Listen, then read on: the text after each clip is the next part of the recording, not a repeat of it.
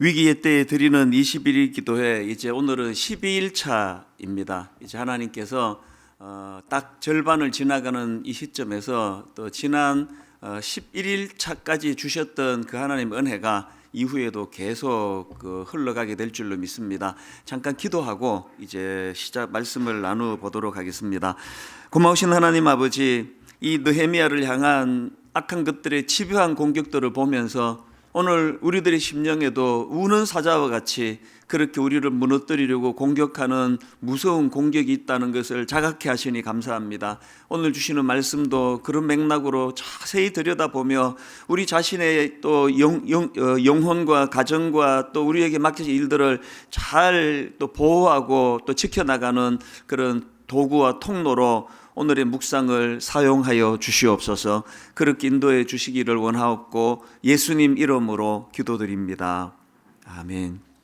오늘 주시는 말씀은 느헤미야 6장 5절부터 14절까지 말씀입니다. 느헤미야 6장 5절부터 14절까지 한 절씩 교독하면서 말씀을 살펴보겠습니다. 구약 732페이지에 있습니다. 느헤미야 6장 5절, 제가 먼저 있습니다. 산발랏이 다섯 번째는 그 종자의 손에 봉하지 않은 편지를 들려 내게 보냈는데 그 글에 이르기를 이방 중에도 소문이 있고 가스무도 말하기를 너와 유다 사람들이 모반하려 하여 성벽을 건축한다 하나니 내가 그 말과 같이 왕이 되려 하는도다. 또 내가 선지자를 세워 예루살렘에서 너를 들어 선전하기를 유다의 왕이 있다 하게 하였으니 지금 이 말이 왕에게 들릴지라. 그런즉 너는 이제 오라 함께 의논하자 하기로 내가 사람을 보내어 그에게 이르기를 내가 말한 바 이런 일은 없는 일이요 내 마음에서 지어낸 것이라 하였나니 이는 그들이 다 우리를 두렵게 하고자 하여 말하기를 그들의 손이 피곤하여 역사를 중지하고 이루지 못하리라 함이라. 이제 내 손을 힘있게 하옵소서 하였노라.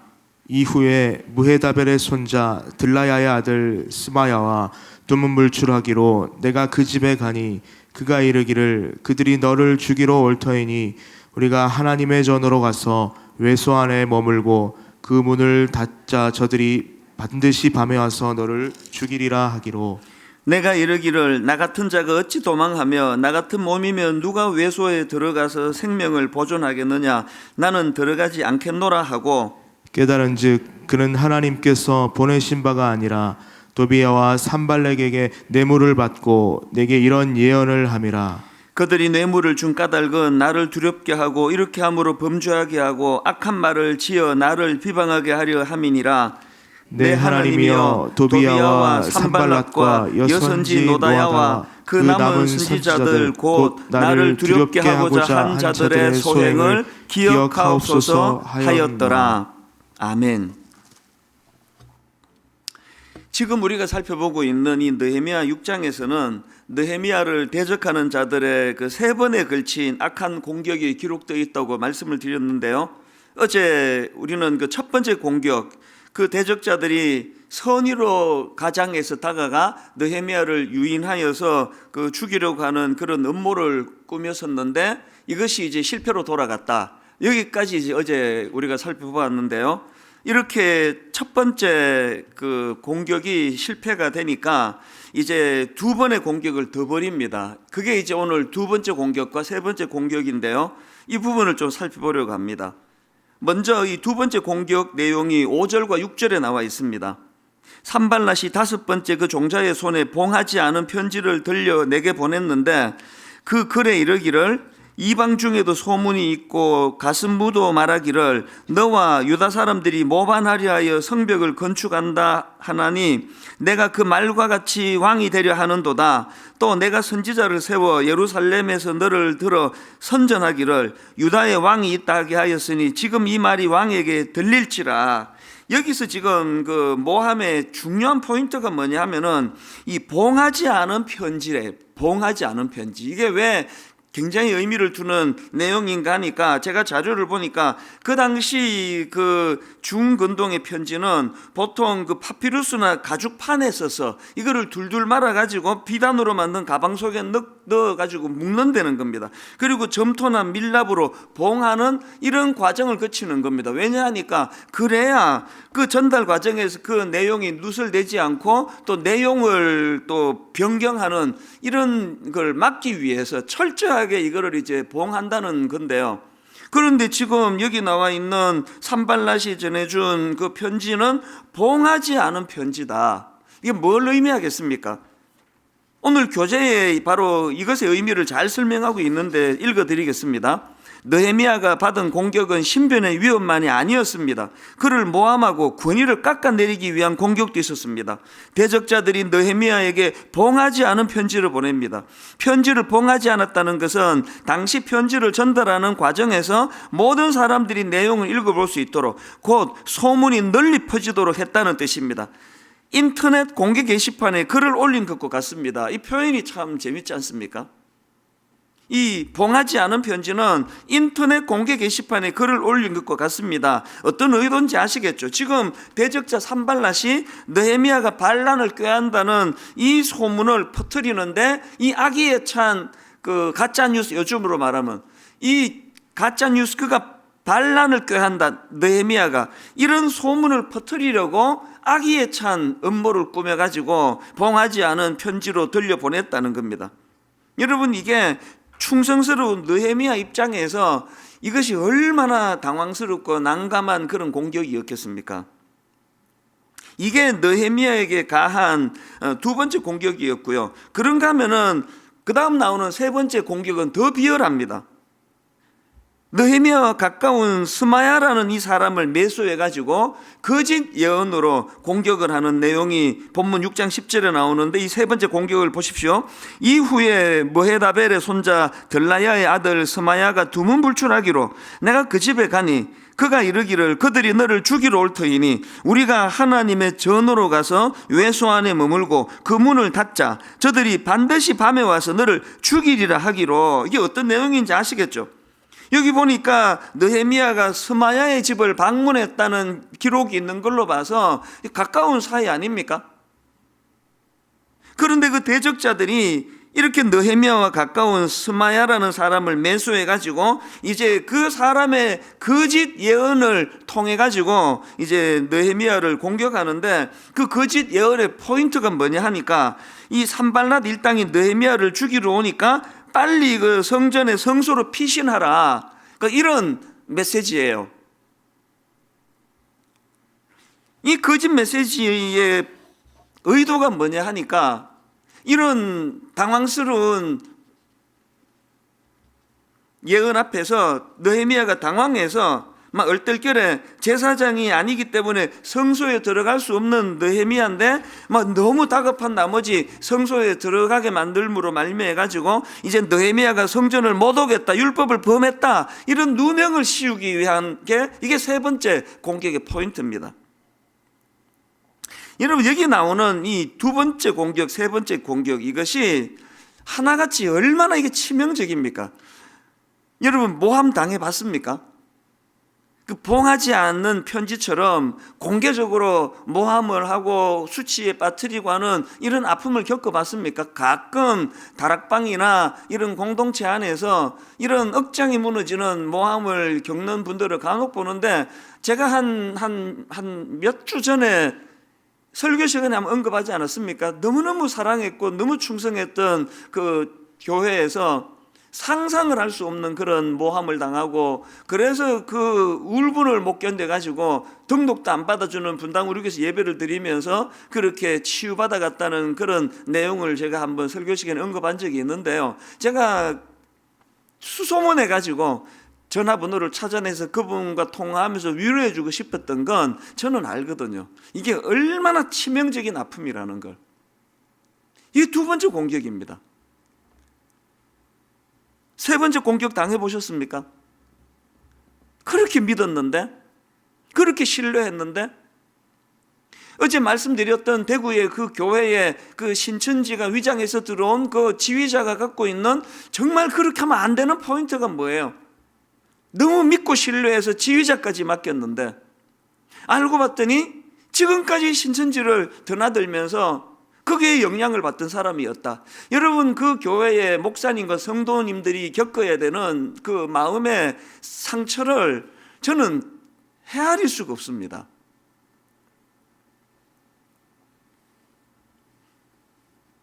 오늘 저와 여러분이 부지불식간에 그런 일들을 우리도 많이 겪고 당하지만 부지불식간에 이 두 가지 사단의 공격에 하수인이 될 수 있다는 사실을 늘 두려워하셔야 됩니다. 그 말을 조심해야 되는 거예요. 내가 그거 퍼뜨린 1차 가해자는 아니라 할지라도 확인도 안 해보고 글 몇 개 읽고는 그것을 여기저기 퍼뜨려대는 이것이야말로 얼마나 영적으로 이게 치명적이 될 수 있는가를 인식해야 되고요. 그리고 저는 우리 집 아이들에게 종종 하는 이야기가 그겁니다. 아빠 믿어주는 사람에게는 내가 실망시키지 않으려고 애쓴다. 난 너희들을 믿거든. 어떤 경우라도 아빠는 너희들을 믿으니까 믿어주는 그 사람에게는 실망시키지 않으려고 애를 써야 한다. 이런 이야기들을 종종 하는데요. 세 번째 공격이 바로 느헤미야에게 치명적인 아픔이 되는 게 그거 아닙니까? 이렇게 두 번째 공격과 세 번째 공격이 겉으로 보기에는 양상이 다른 것 같지만요, 이 둘의 공격에는 공통점들이 여러 개 있습니다. 그 중에 하나가 뭐냐? 공격 무기가 같고요, 공격 목표가 똑같습니다. 이들이 사용하는 공격 무기가 뭡니까? 거짓이라는 무기예요. 둘 다 거짓이라는 무기입니다. 디모데후서 3장 1절부터 한번 보십시오. 너는 이것을 알라. 말세에 고통하는 때가 이르러 사람들이 자기를 사랑하며 돈을 사랑하며 자랑하며 교만하며 비방하며 부모를 거역하며 감사하지 아니하며 거룩하지 아니하며 무정하며 원통하며 풀지 않으며, 그 다음 보세요. 모함하며. 말세가 고통스러운 건 이 모함하며. 지금 여기서 사도 바울이 지적한 말세의 특징 중 하나가 모함인데요. 이건 이 모함이라는 단어는 이 디아볼로스라는 단어는 원래 사단, 마귀 이런 기본 의미에서 시작해가지고 이 디아볼로스라는 단어가 모함, 참소, 거짓 증언 이런 뜻으로 확장이 된 단어예요. 그러니까 이 디아볼로스, 이 모함이라는 근원적인 이 단어의 기본 의미가 사단, 마귀.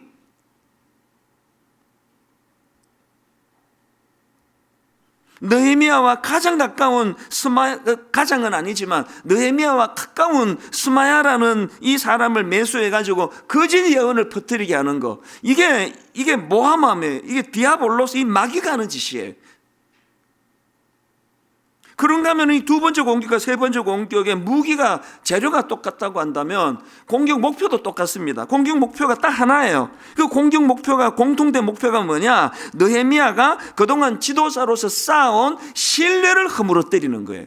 그동안 느헤미야가 쌓아왔던 신뢰를 허물어뜨림으로 말미암아 궁극적으로는 그들의 이 공격으로 말미암아 조직이 와해가 되고 이제 성벽을 재건하는 이것들을 완성시키지 못하게 하겠다.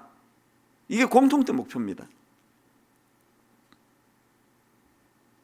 오늘 여러분, 하나님 나라를 완성해 갈 책임을 갖고 있는 지상교회에 사단이 똑같은 방법을 쓰고 있다는 건 아십니까? 사단이 이 땅의 교회를 무너뜨리는 가장 확실하고 효과적인 방법은 이간질이에요. 지도자와 성도들 사이에 이간질시키는 것. 그래서 그 지도자가 불신을 당하게 만드는 것, 이런 의미에서 저는 오늘 한국교회가 아파요. 마음이 참 아픕니다. 아주 성공적으로 사단의 공격이 이루어지고 있는 것 같아서 저는 참 아픕니다. 제가 잘 아는 목사님에게 들은 이야기인데요, 이분이 그 담임하는 그 교회에서 뭐 크지도 않아요. 조그마한 어떤 그 불씨가 이제 불신으로 일어나가지고 이제 일부 성도님들이 이 목사님이 담임하는 교회를 불신하는 거예요. 그리고 이 담임 목사를 불신하는 겁니다. 일부지만. 그 목사님이 겪는 마음의 고통을 쭉 설명을 해주는데요, 성도들이 교회를 믿지 않고 성도들이 담임 목사를 믿지 않으니 모든 목회가 너무 힘들다는 겁니다. 모든 목회를 사사건건 이거 진짜야? 이건 제대로 정말 맞는 거냐고? 그런 것들을 다 검증을 받으면서 살아가니까 목회가 너무 힘들다는 거예요. 이 이야기를요, 제가 분당 우리를 개척하고 얼마 안 돼서 들은 이야기예요. 저는 그때 들었던 그 이야기가 하나님이 저에게 주신 경고요 배려라고 생각합니다. 그래서 제가 개척 초기에 진짜 이게 담임 목사가 신뢰를 받는 거, 성도들에게 불신당하지 않는 거, 이게 정말 중요한 거구나, 이것이 제 마음에 새겨졌습니다. 어떤 경우라도. 제가 종종 우리 부교육자들이 그런 이야기를 하지 않습니까?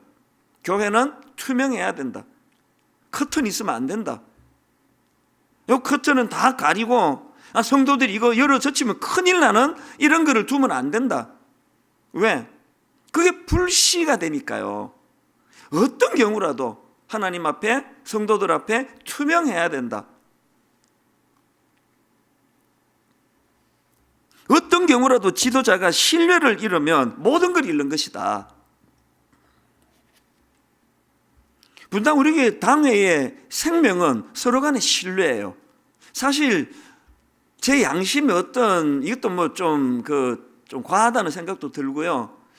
좀 이것도 또 너무 예민한 그런 생각 아닌가 이런 생각이 들지만, 교회 성도가 지금 너무 많아져서 제가 한 분 한 분 다가가고 격려하고 이것도 못하는데 장로님들이라고 해서 장로님만 끼고 너무 가까이 이렇게 하는 게 옳은 건가? 그런 좀 결벽증 같은 마음이 있어서 저는 우리 교회 장로님들 다르게 대하지 않으려고 너무 애를 많이 씁니다. 일부러 가정에 뭐 찾아가고 이런 일 하지 않고요. 그 가정에 어떤 뭐 경조사가 있다 하더라도 유난하게 대하지 않으면, 심지어 우리 부교육자들에게까지 내가 그걸 부탁을 해요. 장로님 가정에 장례가 났기 때문에 따뜻하게 대해야 되지만 너무 과하게 하지 마라. 모든 교육자 찾아가고 그러지 마라. 똑같은 한 영혼으로서 그렇게 대해야 된다. 이런 생각을 저는 많이 하고 있거든요. 그러나 이런 것 때문에 제가 확신하는 건 우리 당의 장로님들이 상처받지 않습니다 라고 저는 생각을 합니다. 장로님은 몇 번 찾아가고 식사 몇 번 하고 막 선물, 생일 이런 거 잘 챙기고, 이것보다 중요한 제가 해드릴 수 있는 가장 장로님을 배려하는 선물은 하나님 앞에서 정직하게 하는 거예요.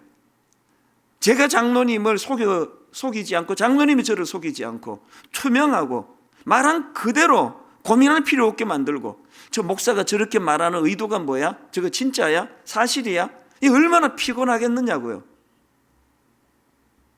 오늘 이 말씀을 들으시는 모든 성도님들에게 제가 호소합니다. 이건 교회만의 문제가 아닙니다. 가정 안에서도 부부간에 이 서로를 신뢰할 수 있는 정직이 바탕이 되지 않으면 그건 모래 위에 지은 집과 같습니다. 자, 그렇다면 이 말 한번 뒤집어 보십시오. 이렇게 중요한 것이 부부간의 신뢰의 문제고, 이렇게 중요한 것이 목회하는 목회자와 장로와 목회자와 성도 간의 이 문제라면, 이 뒤집어 말하면 사단이 이걸 가만히 두겠냐고요. 얼마나 많은 공격이 있겠냐고는 느헤미야에게 하는 이 시도처럼 얼마나 많은 오해라는 불씨를 넣어줘. 그래서 저는 우리 부교육자들이나 장로님들하고 철칙으로 세우는 것이 소통이에요. 소통. 이게 사단의 공격을 막는 굉장히 중요한 도구예요. 오해하지 않도록, 가능하면 상대방이 오해하지 않도록 할 수 있는 대로 소통하는, 이게 왜 그렇습니까? 사단은 오늘도 나와 너 사이를 끊임없는 이간질로 공격하기 때문에 할 수 있는 대로 오해받지 않도록 투명하게 대화하고 투명하게 소통해야 된다는 사실입니다. 이런 측면에서 저는 작년 하반기부터 너무나 두려웠습니다. 1만 성도 파송 운동 발표라는 이 큰 일을 앞두고 있는데 생각지도 못했던 이런저런 공격이 오고 이간질이 찾아오고 이럴 때 정말 두려웠던 게, 이제 이게 1만 성도 파송 운동을 방해하는 이 사단의 공격인가? 우리 성도님들이 이제 교회를 불신하게 되고 담임 목사를 불신하게 만드는 이런 공격 앞에 노출이 되는 건가? 이런 생각을 하니까 굉장히 두려워졌습니다. 그 과정에서 느헤미야가 겪었던 두 번째 공격 모함도 많이 지난 연말에 겪었고요. 그런가 하면 세 번째 공격, 그렇게 믿었던, 그렇게 신뢰했던 사람에게서 상처를 받는 이런 일들이 생겨나고, 어떨 때는 너무 두렵고 위축이 돼가지고 목회를 여기서 끝내야 되나? 누구에게도 제가 오픈하지 않았지만 이런 마음의 부담을 가진 적도 여러 번 있었습니다. 그런데 여러분, 어떻게 잘 이겨내고 이 자리까지 설 수 있게 됐을까요? 그것은 오늘 본문 6장 9절에서 알려주시는 하나님의 원리 때문입니다. 6장 9절에 보니까 느헤미야는 이런 대적자들의 공격 목표가 뭔지를 정확하게 꿰뚫고 있는데요. 9절을 보십시오. 왜 이런 세 번에 걸친 짓거리들을 벌이느냐, 왜 이런 공격을 하느냐, 목표가 이거랍니다. 이는 그들이 다 우리를 두렵게 하고자 하여, 이는 그들이 다 우리를 두렵게 하고자 하여 말하기를 그들의 손이 피곤하여 역사를 중지하고 이루지 못하리라 함이라. 이제 내 손을 힘있게 하옵소서 하였더라. 느헤미야가 인식하는 이런 악한 것들의 공격 목표가 두 가지네요. 하나는 표면적으로 드러나는 거예요. 느헤미야 지도자 느헤미야에게 두려움을 심어주는 거예요. 궁극적인 목표는 그 지도자 내면에게 두려움을 심어주고 그 지도자와 백성들 사이에 이간질을 시킴으로 말미암아 그들의 궁극적인 목표는 하나님의 사역을 방해하는 겁니다. 9절을 이런 측면으로 다시 보십시오. 이는 그들이 다 우리를 두렵게 하고자 하여 말하기를 그들의 손이 피곤하여 역사를 중지하고 이루지 못하리라. 제가 이 9절을 가지고 제가 이걸 깨달은 건 아니지만 하나님이 주시는 메시지는 같은 거예요. 하나님은 1만 성도 파송 운동을 앞두고 있는 저에게 두려움을 심어주는 거예요. 사람들이 이제 너를 불신한다. 너 보고 좌판이 우판이 이런 그 편견으로 너를 대한다. 사람들은 이제 네 말은 안 믿어줄 것이다. 두려움으로 저를 공격을 한 걸 알게 됐습니다. 그리고 궁극적으로는 1만 성도 파송 운동이라는 이것을 방해하기 위한 것이라는 알았기 때문에 힘을 낼 수밖에 없었던 거예요. 억지로라도. 오늘 여러분이 겪고 있는 이런 두 번째 공격, 세 번째 공격 이런 일에 직면하게 된다면 두려움이 찾아올 겁니다. 이 원리를 깨닫고 이걸 영적인 문제로 인식하고 싸워 승리하는 여러분 되시기를 바랍니다. 자, 그렇다면 이제 좀 더 구체적으로 이제 오늘 본문 느헤미야 6장에서 이렇게 세 차례에 걸친 집요한 공격을 이겨낸 게 느헤미야인데요. 질문 드리고 싶은 건 느헤미야는 어떻게 이 세 번에 걸친 공격을 이겨낼 수 있었을까? 그건요, 느헤미야가 가졌던 강력한 도구 두 개 때문입니다. 강력한 도구. 그 악한 공격을 이겨낼 수 있는 강력한 느헤미야가 가진 도구 두 개 중에 첫 번째가 영적 분별력입니다. 세 공격 중에 첫 번째 공격부터 살펴보실까요? 6장 2절입니다. 산발락과 게셈이 내게 사람을 보내어 이르기를 오라 우리가 오노 평지 한 촌에서 서로 만나자 하니 그랬더니 느헤미야의 영적 분별을 보십시오. 실상은 나를 해하고자 함이었더라. 정확하게 공격의 의도를 꿰뚫고 있는 영적 분별력이 느헤미야에게 있었다는 겁니다. 두 번째 공격 때도 마찬가지입니다. 8절과 9절입니다. 내가 사람을 보내어 그에게 이르기를 내가 말한 바 이런 일은 없는 일이요 내 마음에서 지어낸 것이라 하였나니. 그 다음 9절도 마찬가지. 이는 그들이 다 우리를 두렵게 하고자 하여 말하기를. 영적 분별력이 있었습니다. 두 번째 공격의 목표가 뭐며 뭘 타겟으로 했는지를 정확하게 알고 있던 분별력이 느헤미야에게 있었다는 겁니다.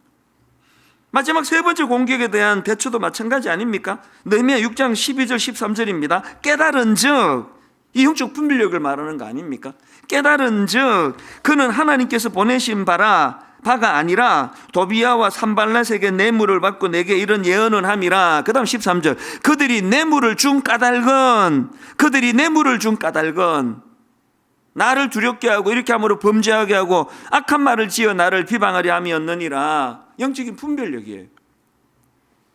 제가 앞에서 목회자는 어떤 경우라도 성도님들에게 신뢰를 잃을 짓을 하면 안 된다고 말씀을 드렸는데 아무리 정직하게 목회를 해도 뜬금없이 이념을 가지고 공격하고 있지도 않은 가짜뉴스를 만들어 공격하는 이게 목회더라고요. 이런 일이 있을 때 주님의 말씀을 기억하는 겁니다. 비둘기처럼 순결해야 되지만 뱀처럼 지혜로워야 되는 거. 이게 오늘 느헤미야가 보여준 영적인 분별력 아닙니까? 여러분 이거 구하셔야 돼요. 영적인 분별력을 구하셔야 됩니다. 영적인 분별력을 구하시려면 뭘 알아야 되느냐? 잘 들으세요. 이 영적인 민감함은 성령님이 주시는 거라는 거. 여러분 사도행전 5장에 나오는 아나니아와 삽비라 사건 다 아시지 않습니까? 5장 1절 2절. 아나니아라는 사람이 그의 아내 삽비라와 더불어 소유를 팔아 그 값에서 얼마를 감춤해 그 아내도 알더라. 얼마만 가져다가 사도들의 발 앞에 두니, 그랬더니 3절에 이 베드로의 영적인 민감함을 보십시오. 베드로가 이르되 아나니아야, 어찌하여 사탄이 내 마음에 가득하여 내가 성령을 속이고 땅값 얼마나 감추었느냐. 제가 이 말씀을 묵상을 하면은 항상 내 이런 궁금함이 들어요. 갑자기 어떤 집사님이 혹은 권사님이 땅 이거 팔았다고 엄청난 금액을 갖고 온다고 한다면 저는 해벨레 해가지고 그냥 좋아 죽을 것 같기만 할 것 같아요. 그런데 지금 이런 상황에서 베드로가 가진 영적인 민감함, 이게 사단의 공격이라는 거, 이게 성령을 속이는 일이라는 걸 어떻게 베드로가 알았냐고요. 어떻게 그렇게 이거를 민감하게 파악할 수 있었냐고요. 이게 여러분 근원적으로는 바로 그 앞에 나오는 사도행전 2장 4절 5절, 그들이 다 성령의 충만함을 받고 성령이 말하게 하심을 따라 다른 언어들로 말하기를 시작하니라. 이 사도행전 2장 4절에서 이 근원적인 성령의 충만함이 그 바탕에 깔려 있다는 걸 알 수가 있고요. 그리고 또 이 아나니아와 삽비라 사건 바로 앞에 기록되어 있는 4장 31절에 보다 더 직접적인 이유를 알 수가 있습니다. 빌기를 다하며 모인 곳이 진동하더니 무리가 다 성령이 충만하여. 여러분 목회도 성령 충만함으로 하는 거예요. 신앙의 성장을 원하십니까? 그 엄청난 수많은 사단의 공격을 맞서서 느헤미야처럼 이겨내기를 원하십니까?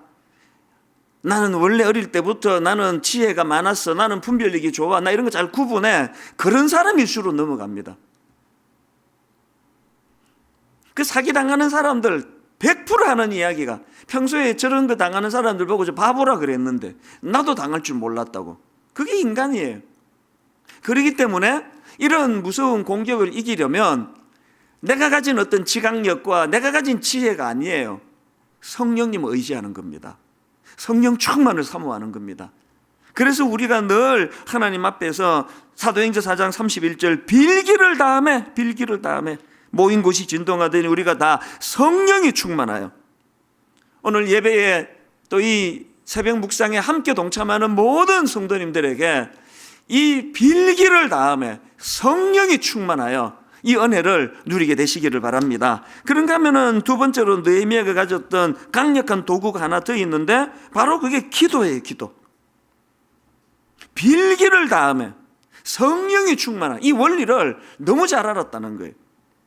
야고보서 1장 5절에도 보니까 너희 중에 누구든지 지혜가 부족하거든 모든 사람에게 후히 주시고 꾸짖지 아니하시는 하나님께 구하라, 그리하면 주시리라.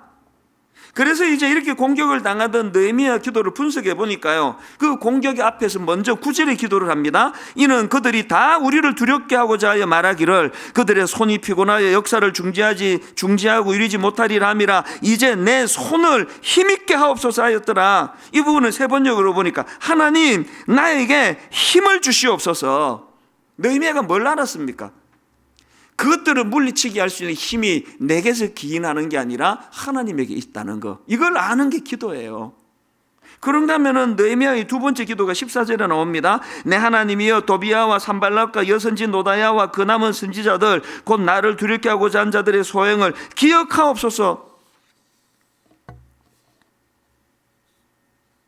앞에서 드린 기도에는 자기에게 이길 수 있는 힘을 달라고 기도했는데 여기서는 적들의 소행을 기억해 달라는 기도를 드립니다.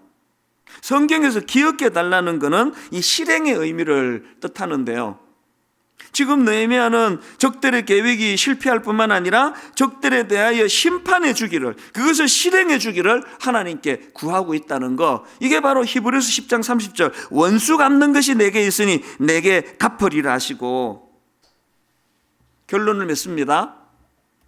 느헤미야가 드렸더니 두 가지 기도를 드려야 영적인 민감함이 회복됩니다.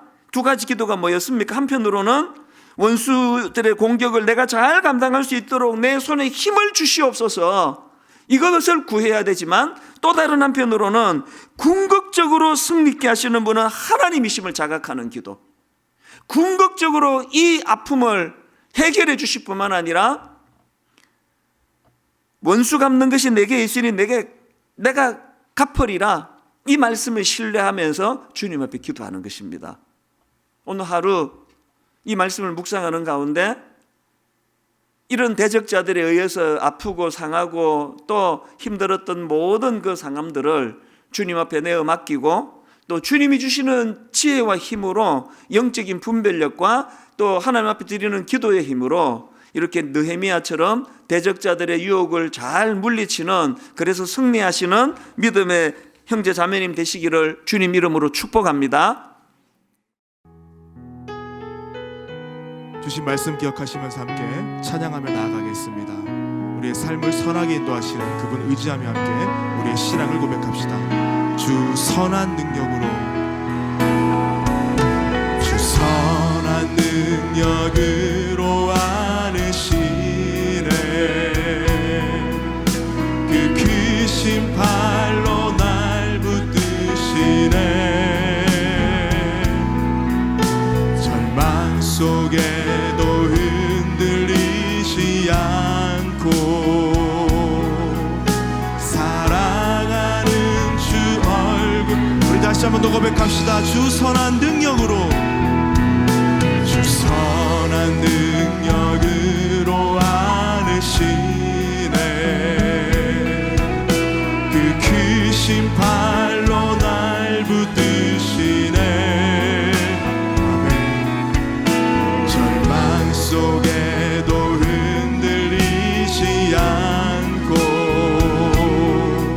사랑하는 주 얼굴 구하리. 선한 능력으로 일어서리. 주만 의지하리.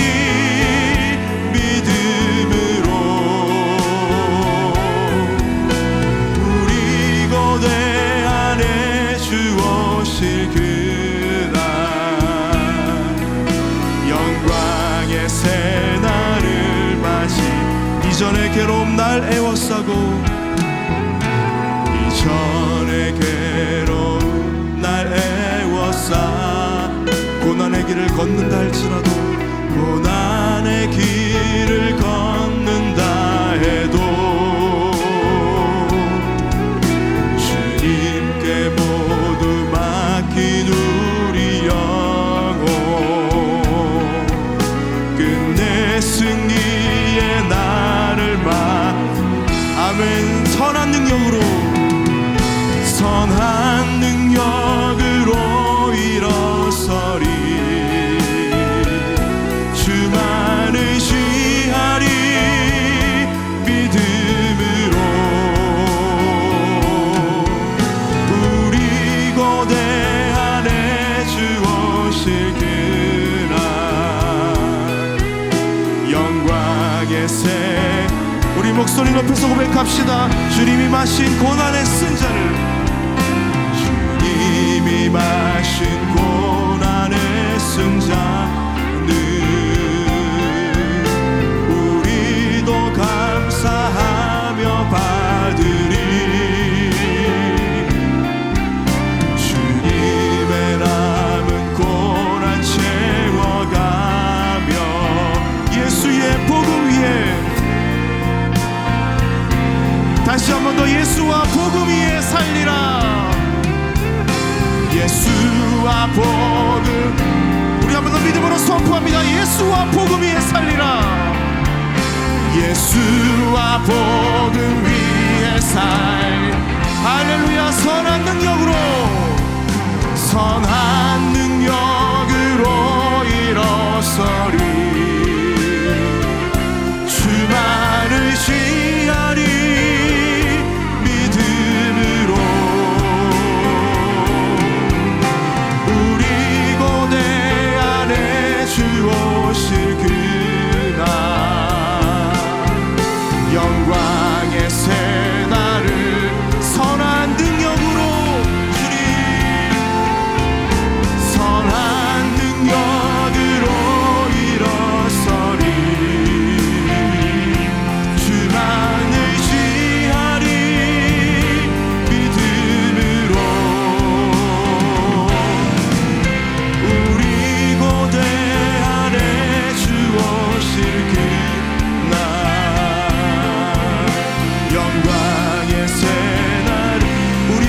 안에 주님 오실 그날을,